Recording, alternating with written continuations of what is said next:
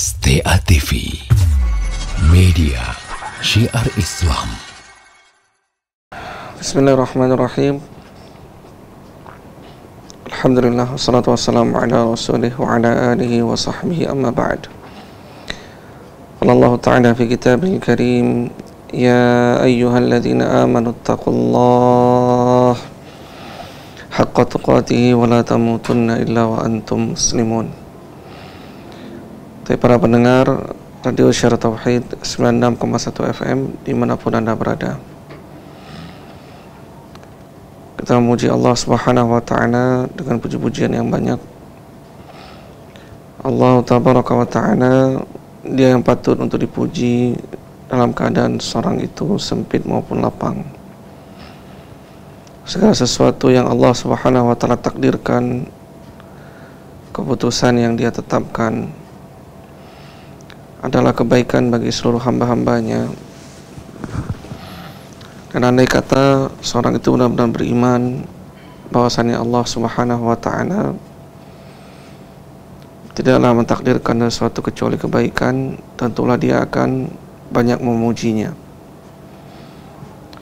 Kemudian di antara faidah bagi seorang untuk sering memuji Allah, bersyukur atas seluruh nikmat yang Allah Subhanahu wa Ta'ala berikan, karena tidaklah kenikmatan itu melainkan sesuatu yang Allah Subhanahu wa Ta'ala berikan, bukan karena bagusnya daya dan upaya, bukan karena baiknya akal, bukan karena banyaknya harta. Kenikmatan dan kekayaan yang hakiki itu bukan sesuatu yang bisa diukur. Tetapi kata Nabi sallallahu alaihi wasallam, laisal ghina an kathratil ard, walakin al ghina ghinaul qalb. Kata beliau sallallahu alaihi wasallam, bukanlah yang dinamakan kekayaan itu dengan seorang dia banyaknya dunia yang dia miliki, mungkin harta yang dia dapatkan dari hasil jerih payahnya, atau mungkin ada sesuatu yang dia upayakan, ya dia mencarinya kekuatan tubuhnya dengan pergi banyak berolahraga, kemudian mendapatkan kekayaan, atau dengan ketampanan wajahnya dari apa yang Allah karuniakan. Tapi Nabi SAW membantah itu semua. Kemudian beliau mengatakan, laisal ghina an kathratil ard, bukan dinamakan kekayaan dengan banyaknya harta seseorang, walakin al ghina ghina al qalb, tetapi ghina itu ghinaul qalb, banyaknya atau kekayaan dalam hati. Seorang dia mendapatkan keyakinan, seorang dia mendapatkan ketenangan, seorang dia memiliki sandaran yang dia tahu tidak ada sandaran yang lebih kuat dibandingkan Allah Subhanahu wa Ta'ala. Maka di titik seperti itulah baru dia mendapatkan keyakinan, dia mendapatkan ketenangan, dia mendapatkan kekayaan yang tidak dimiliki oleh seorang hamba pun kecuali mereka yang mengikuti jalan yang demikian, yakni mengikuti jalan keimanan, mengikuti jalan kesabaran, mengikuti jalan Islam, istiqomah di atasnya, kemudian mati di atas hal tersebut pula. Maka kita meminta kepada Allah Subhanahu wa Ta'ala keteguhan jiwa, kebersihan hati, dan Allah Subhanahu wa Ta'ala memberikan kepada kita kenikmatan berupa kekayaan yang hakiki, lapangnya hati, ya, jernihnya hati tersebut, taib dekat dengan Allah Subhanahu wa Ta'ala. Para pendengar Radio Syiar Tauhid 96,1 FM dimanapun Anda berada, dalam sebuah hadis Nabi sallallahu alaihi wasallam itu pernah menyebutkan, Yaumul Jum'ah, ini hari Jumat, Sinta asyarata sa'atan, padanya itu ada 12 jam. Ya, ada 12 waktu. La yujad abdun yas'alullaha syai'an illa atahu iyyah. Tidak didapatkan dari seorang hamba kalau dia meminta kepada Allah Subhanahu wa taala pada waktu-waktu yang ditentukan, illa atahu iyyah, kecuali Allah akan berikan apa yang dia minta. Sesuatu yang penting, ya, kalau seandainya ada sayembara di suatu kantor, di suatu tempat kerja kita, kemudian pemimpin, ya mungkin atasan kita yang punya kantor tersebut, yang memiliki usaha itu, owner bisnis itu misalnya, dia mengatakan, kalau seandainya kalian mencapai target tertentu, saya akan kabulkan apapun permintaannya. Sesuatu yang kalau seandainya itu betul beneran, ya, kalau seandainya dia betul muncul pada satu momen, kita akan berusaha betul agar kita mendapatkan sesuatu itu. Ya, apakah target marketnya, ya apakah sesuatu dari pekerjaan yang perlu yang harus dia keluarkan, agar kita mendapatkan sesuatu illa atahu iya, kecuali Allah akan berikan. Ya, sesuatu yang sangat kita inginkan, apa yang kita harapkan. Dan Allah telah menyebutkan itu ada di hari-hari seperti ini, waktu-waktu yang demikian. Dan di akhir hadis Nabi SAW mengatakan, ya, carilah waktu mustajabat itu di akhir dari sholat asar. Tapi maka diantara hal yang penting pula kita ingatkan bahwasannya hari-hari seperti ini, waktu-waktu yang ya kita sekarang berada di atasnya, itu adalah sesuatu yang diharapkan, sesuatu yang mustajab, sesuatu kita berdoa kepada Allah Subhanahu wa taala agar Dia meletakkan kita dalam surganya, menjauhkan kita dari nerakanya, yang memberikan kepada kita kebahagiaan dunia maupun akhirat. Kemudian yang penting pula, perkara yang kita doakan itu adalah doa para as-salaf as-salih di waktu-waktu seperti ini, di akhir-akhir atau mereka misalnya hendak mendatangi bulan Ramadan, mereka berdoa kepada Allah, Allahumma balighna Ramadan, ya Allah sampaikanlah umur kami ya di bulan Ramadan.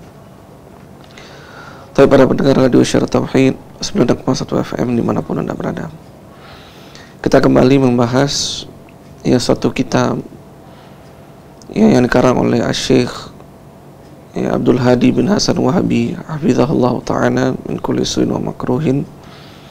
Kitab yang beliau beri judul Islahul Qulub, memperbaiki hati. Ya, kita masuk pada pembahasan atau bab yang beliau sebutkan Ilajul Qulub, cara mengobati hati. Ya, bagaimana seorang itu mengobati hatinya. Ya, setelah pada pertemuan mungkin yang telah lalu, mungkin agak lama ya, kita telah membahas kenapa penting sekali pembahasan berkaitan tentang hati. Ya, apakah karena Allah Subhanahu wa taala tidaklah melihat jasad seseorang. Allah tatkala melihat hamba itu, Allah lihat hatinya. Ya, dalam satu hadis Nabi SAW menyebutkan, innallaha la yanzuru ila suwarikum wala illa ajsamikum walakinnallaha yanzuru ila qulubikum wa amalikum. Yang sungguhnya Allah tidak melihat jasad-jasad kalian, tidak melihat pula bentuk rupa kalian, tetapi yang Allah Subhanahu wa taala lihat itu hati kalian, kebersihannya, ya keikhlasannya kepada Allah Subhanahu wa taala, dan juga amalan-amalan, perbuatan-perbuatan yang dia lakukan. Ya, begitu pula ya di antara perkara yang kedua kita telah sebutkan pada pertemuan-pertemuan yang lalu, bahwasannya ya seluruh amalan perbuatan itu sangat bergantung dengan hati. Ya, kalau seandainya hati itu baik, maka akan baik seluruh amalannya, ya akan baik seluruh jasadnya. Ya, dalam satu hadis yang disebutkan oleh Nabi SAW, ya hadis yang diriwayatkan oleh sahabat Abdullah bin Mas'ud radhiyallahu taala anhu, Ya, beliau mengatakan, wa inna fil jasadi mudghah. Sesungguhnya pada jasad itu ada segumpal daging. Idza salahat salahal jasadu kulluh wa idza fasadat fasadal jasadu kulluh ala wahyal qalb. Kalau baik ya segumpal daging itu, maka akan baik seluruh jasadnya. Tapi kalau segumpal daging itu buruk, seluruh jasadnya akan buruk. Ya, tidak dilihat tangannya itu baik, tidak dilihat matanya itu bagus, tidak dilihat lisannya itu yang mengucapkan kalimat-kalimat yang baik misalnya. Tapi kalau hatinya itu busuk, ya seperti apel yang menyembunyikan kebusukannya. Kita lihat luarnya itu sempurna, baik, tetapi tatkala digigit, tatkala apel itu dibelah, didapati apel itu telah dimakan oleh ulat. Ya, maka Nabi memisalkan bagaimana ya hati itu sangat penting bagi seorang manusia. Ya, apalagi bagi seorang mukmin yang beriman kepada Allah Subhanahu wa taala. Dan juga ya perkara yang patut untuk diketahui, hati itu tidak selamanya dia berada pada satu kondisi. Ada kalanya hati itu mendapatkan asupan yang cukup. Ya, ada kalanya dia dilindungi dari berbagai macam gangguan. Ya, dia dilindungi dari berbagai macam hama yang hendak menghampirinya, sehingga hatinya itu bagus. Ada kalanya hati itu ya rusak, dia mendapatkan berbagai macam ujian, cobaan, musibah, sehingga patut untuk diobati, hingga kemudian dia sakit. Ya, maka beliau membuatkan satu ya judul, subbab, beliau beri judul Ilajul Qulub, bagaimana cara mengobati hati. Qala al-muallif rahimahullah ta'ala, i'lam aslahallahu qalbak. Ketahuilah, semoga Allah Subhanahu wa ta'ala memperbaiki hatimu. Bi anna al-quluba tamradu bil ma'asi wasyahawat. Bahwasannya hati itu ya dia bisa sakit disebabkan maksiat dan juga memperturuti hawa nafsu. Ya, ada dua penyakit, dua bahaya laten. Ya, kalau kita sebutkan tubuh itu dia terpengaruhi atau dia bisa sakit kalau dia terkena dengan dua makhluk. Yang pertama adalah virus, yang kedua adalah bakteri. Tapi kalau hati itu, dia dapat sakit kalau terkena maksiat, kemudian memperturuti hawa nafsu.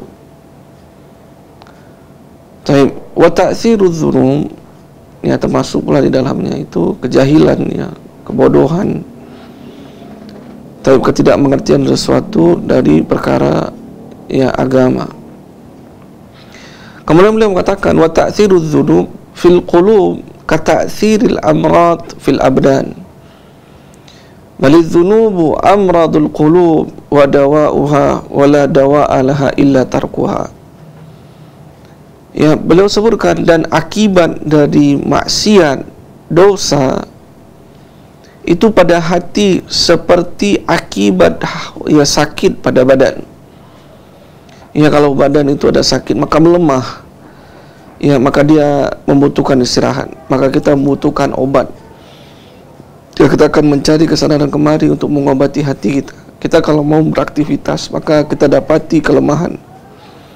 Ya, kita dapati diri kita itu tidak mendapatkan kesemangatan. Ya, diminta untuk mengerjakan sesuatu, dia tidak mampu. Ya, sebagaimana hati tatkala dia terkena maksiat. Ya, kalau seandainya dia tinggal di sebelah masjid, ya toa yang bersuara di samping rumahnya, itu dia tidak akan mampu untuk menghadiri masjid. Bukan karena badan ya itu tidak memiliki kekuatan, tapi hati itu mengalami rasa sakit yang tidak dapat dilihat oleh mata. Ya, oleh sebab itu, tatkala dia mampu untuk menaklukkan ya puncak-puncak gunung yang mengarungi lautan, ya mengayuh sepedanya berpindah antara satu kota dengan kota yang lainnya, tapi tatkala azan berkumandang, dia tidak mampu menggerakkan langkah kakinya untuk menghadiri solat-solat yang ditegakkan. Kalau ditanya kenapa dia tidak mampu menghadirinya, ya jangan bingung. Kita katakan sesungguhnya ya penyakit itu bukan hanya mengenai badan seseorang, tapi penyakit itu juga bisa menggerogoti hati seorang hamba. Bedanya kalau penyakit pada badan itu terlihat oleh mata, penyakit pada hati ya itu dirasakan oleh jiwa pelakunya. Tapi kenapa dia bisa mendapatkan penyakit tersebut? Karena dia telah memperturuti hawa nafsu, karena dia jatuh ke dalam berbagai macam kemaksiatan. Maka beliau mengatakan balidzunubu amradul qulub, ya bahkan ya dosa itu yaitu menyakiti hati. Taib wala dawa alaha illa tarkuha, dan tidak ada obatnya kecuali dengan meninggalkan maksiat tersebut. Ya ini adalah kiat yang pertama. Ya bagi seorang yang dia mau mengobati hatinya, ya dia harus meninggalkan maksiat. Ini kalimat yang cukup penting. Ya bagi seorang yang hendak mendapatkan kebahagiaan dunia maupun akhirat. Bagaimana saya mendapatkan kelapangan jiwa? Anda berhenti bermaksiat. Kenapa hati saya gundah gulana? Ya karena ada ya hubungan haram antara laki-laki dan perempuan yang dia jalankan. Ya apakah dengan pacaran bagi kaula muda, atau selingkuh bagi orang-orang yang telah menikah. Ya kenapa engkau terdapatkan kelapangan jiwa? Kenapa engkau senantiasa mendapatkan kegundah gulanaan, kesedihan yang berkepanjangan? Ya karena engkau mengikuti langkah-langkah syaitan. Tapi itu bukan sesuatu yang ya membingungkan. Tapi maka cara agar kita bisa mengobati hati kita, kembali kita dapatkan berbagai macam ketenangan jiwa, itu adalah dengan dia tinggalkan dulu kemaksiatan-kemaksiatan yang dia lakukan. Ya apa kata Ibnul Mubarak yang dinukilkan pada tulisan ini? Qala Ibnul Mubarak rahimahullah ta'ala, berkata Abdullah bin Mubarak, seorang ulama yang mulia, ya semoga Allah merahmati beliau. Beliau mengatakan, ra'aitu dzunub tumitul qulub wa qad yurithu dzulla idmanuha wa tarku dzunub hayatul qulub wa khairun li nafsika isyanuha. Ya beliau katakan, ra'aitu dzunuba tumitul qulub, aku melihat bahwasannya dosa itu akan mematikan hati, dan sungguh dia akan mewariskan kehinaan bagi para pelakunya. Wa tarku dzunub hayatul qulub, dan meninggalkan maksiat, meninggalkan dosa, ya itu akan menghidupkan hati. Ya wa khanul nafsika, dan hal yang paling baik untuk jiwamu ya adalah meninggalkan maksiat tersebut. Ya ini adalah ucapan yang benar. Hati itu bisa sakit, dan sakitnya karena sebab dia memperturuti hawa nafsu, karena dia mengikuti ya nida'u syaitan, panggilan-panggilan setan. Dia menempuh jalan menyimpang dari nida'ur rahman, dari panggilan ar-rahman. Tapi apa sebab ya dia melakukan tersebut? Karena dia memperturuti panggilan-panggilan itu. Ya maka beliau mengatakan, fa in alajahu sahibuhu syufiya. Kalau seorang itu mau mengobati hatinya yang tengah sakit itu, maka dia akan dapatkan kesembuhan. Wa in tarakahu tazayadal marad hatta yamut. Tetapi kalau dia tidak mau meninggalkannya, ya maka hati itu akan bertambah sakit. Dan ini hal yang patut pula dipahami, bahwa kalau hati sudah kelamaan sakit, dia hatta yamut, dia akan mati. Jadi bukan hanya badan seseorang itu ya dia bisa mati, tapi hati pun dapat mati. Bagaimana hati itu kalau mati? Kalau mati, para pendengar radio Syiar Tauhid 96,1 FM dimanapun Anda berada, kalau hati itu mati, kebenaran dalam bentuk apapun, tanda-tanda kebesaran Allah ada di depan matanya, dia tidak akan bisa meresponnya. Sebagaimana badan kalau sudah mati, ya dipukul dengan sesuatu, dia tidak akan merasakan, dia tidak akan memberikan respon. Ya kalau dipanggil dia tidak akan menoleh.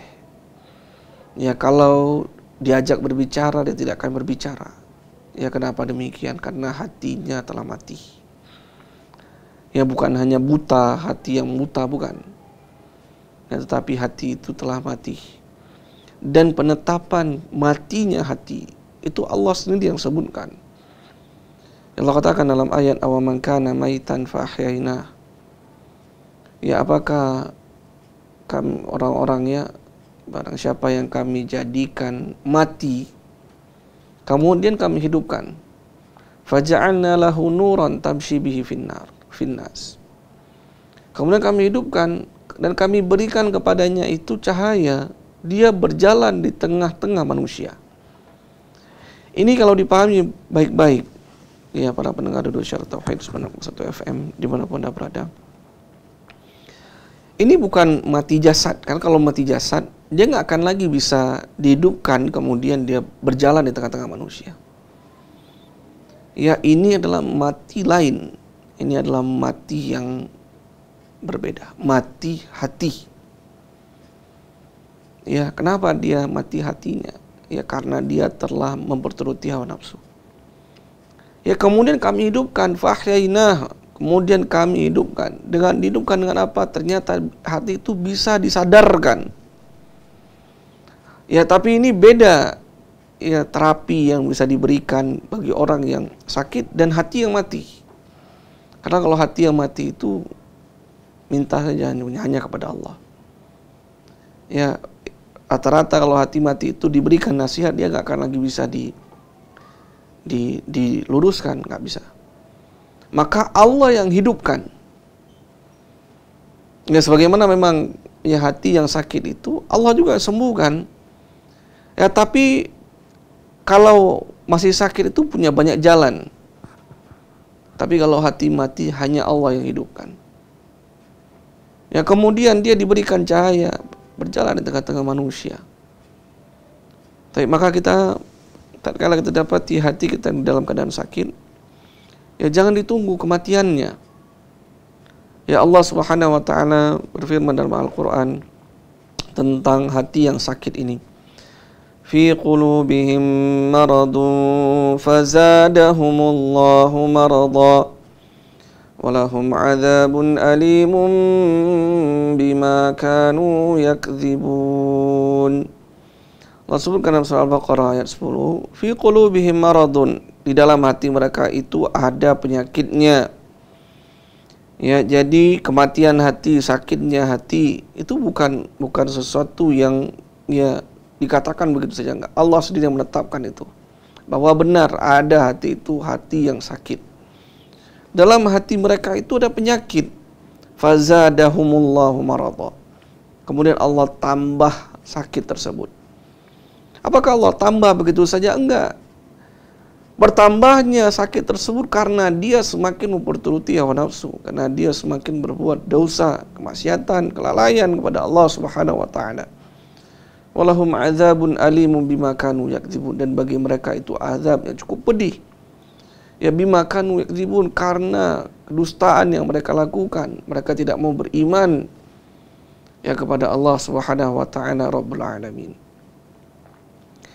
Ya maka kata beliau fa'alal insan ayyataniya biqalbihi, maka wajib bagi seorang manusia, ya terutama sekarang seorang mukmin, agar dia memperhatikan hatinya. Dia lihat, dia bercermin. Dia gunakan cermin itu bukan hanya bercermin bagaimana rupanya, bagaimana parasnya, tapi dia juga bercermin bagaimana sesungguhnya kondisi yang ada pada hatinya. Para hadirin, hal-hal yang demikian gak didapatkan kecuali orang yang berakal. Orang-orang yang dia mau merenung sesaat mungkin ya, sebelum tidurnya dia mungkin menutup mata, ya, atau dalam waktu-waktu perenungannya. Seorang mukmin itu ada waktu-waktu khusus untuk merenung. Ya, apakah di waktu-waktu salat tahajudnya, atau masa-masa dia berzikir kepada Allah Subhanahu wa taala pagi dan sore sebelum tidurnya. Ya, di waktu-waktu itu dia menggunakan cermin untuk melihat ke dalam hatinya. Ya, Umar bin Khattab radhiyallahu taala anhu menyebutkan, ya, hasibu qabla an tuhasab. Hitunglah diri kalian sebelum kalian dihitung oleh Allah Subhanahu wa taala. Hitung, lihat amal-amalan. Hitung, lihat kondisi hati kita. Ya, apakah hati saya ini hati yang sehat atau hati yang sakit? Tapi maka beliau sebutkan, fa'alal insan, wajib bagi seorang manusia itu untuk dia memperhatikan hatinya. Wa yahris ala ayyu'alijahu bil umuri taliyah. Ya, dan dia bersungguh-sungguh untuk mengobati hatinya dengan perkara-perkara yang akan disebutkan berikut ini. Taib. Ya, di antara perkara yang telah disebutkan, poin yang pertama disebutkan oleh Syekh di sini adalah meninggalkan maksiat. Taib. Pada pertemuan yang akan datang kita akan bahas ya poin-poin berikutnya setelah meninggalkan maksiat.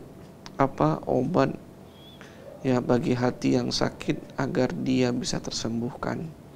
Insyaallah taala pada pertemuan yang akan datang biiznillah taala. Tapi kita cukupkan pembahasan kita pada kesempatan sore hari ini. Ya, perkataan yang benar itu berasal dari Allah Subhanahu wa taala, dari agama Islam yang sempurna, dari Rasulullah sallallahu alaihi wasallam. Dan adapun kalimat yang keliru itu muncul dari jiwa yang lemah, ilmu yang sedikit, dan dari syaitan yang mempengaruhi hawa nafsu seseorang. Tapi kita tutup, subhanakallahumma bihamdik, asyhadu an la ilaha illa anta, astaghfiruka wa atubu ilaik. Assalamualaikum warahmatullahi wabarakatuh.